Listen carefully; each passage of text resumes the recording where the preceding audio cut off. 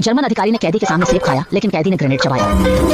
अधिकारी ने देखा कि कैदी एकदम चौंक गया है। उसे लगा कि यह तो सीधा चुनौती है, इसलिए उसने कैदी को एक मुक्का मारा। लेकिन इसके बाद जो हुआ वह और भी अद्भुत था। यह मेडल सामान्य नहीं था, यह जर्मन सेना के सर्वोच्च सम्मान का प्रतीक था। इस समय अधिकारी भी चौंक गया और जिज्ञासा से कैदी से पूछा कि उसे अपनी सेना का मेडल कहाँ से मिला। अधिकारी ने देखा कि कैदी ने अपनी पीठ से एक घड़ी खींची। उप अधिकारी हैरान रह गया कि उसकी घड़ी वहाँ कैसे आई। जब वह उसे वापस लेने के लिए तैयार हुआ तो कैदी ने कुएं में कूद गया। उप अधिकारी जल्दी से जांच करने लगा। कुएं से हाथ निकला। उप अधिकारी ने लोगों को बुलाया। घड़ी फिर से उसकी जेब में आ गई।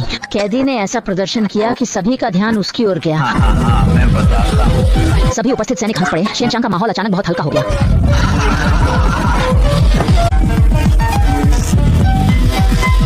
अधिकारी ने बंदूक चलाई, लेकिन वह कैदी को देखना चाहता था। उसने ग्रेनेड निकाले और जादू दिखाते हुए पीछे की ओर चलने लगा। अचानक वह गोदाम में घुस गया। उप अधिकारी ने अपने लोगों को अंदर जाने के लिए कहा। कुछ सेकंड बाद कैदी बाहर आया। उसके सिर पर एक लकड़ी का टोकरा था। वह मजेदार तरीके से बाहर भागा और सभी सैनिक उसकी हंसी उड़ाने लगे। वह भीड़ में धकेले जाने के बाद गिर गया। उप अधिकारी उसकी ओर आकर्षित हुआ और यह देखने आया कि वह क्या कर रहा है। जैसे ही उसने लकड़ी का ढक्कन उठाया, वह गायब हो गया। माहौल गंभीर हो गया। उप अधिकारी ने सोचा कि वह गाड़ी में छिप गया है, लेकिन जब उसने गाड़ी का दरवाजा खोला तो वहाँ कोई नहीं था। जब सभी लोग इस गायब हुए कैदी को खोजने में लगे थे, तभी दूर से फिर से कुछ बिल्ली की आवाजें आई। बिल्ली की आवाज सुनकर सभी ने देखा कि कैदी छत पर बैठा है। यह देखकर सभी फिर से हंस पड़े। कोई नहीं जानता था कि उसने यह कैसे किया। अधिकारी भी उसकी प्रशंसा करने लगे। वह सीढ़ी पर चढ़ने लगा और करतब करने लगा। उसने एक ऐसा प्रदर्शन किया जो विश्वास करना मुश्किल था। इस समय अधिकारी अचानक दो लड़कियों के बीच में आ गए और इस मेडल के बारे में पूछने लगे। अगले ही पल एक और अजीब घटना हुई। कैदी ने सीधे लेटे हुए स्थिति से छत से कूदने का निर्णय लिया।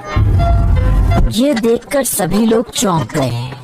जब उसे एहसास हुआ कि कुछ गड़बड़ है, तब तक गोली उसके सिर में लग चुकी थी। कुछ ही सेकंड में सभी सैनिकों को नहीं पता कहां से आए दुश्मनों ने मार दिया। केवल एक टीम लीडर बचा था, जो बेवकूफ की तरह वहीं खड़ा था और सोच रहा था कि सभी लोग सामूहिक प्रदर्शन कर रहे हैं। जब सब कुछ शांत हो गया, तब वह कैदी धीरे धीरे खड़ी हुई। उसने देखा कि सभी दुश्मन गिर चुके हैं, केवल एक बेवकूफ टीम लीडर बचा है। फिर उसने एक वाक्य कहा, तुम यहाँ क्यों आए? तुम्हें तो घर पर रहना चाहिए।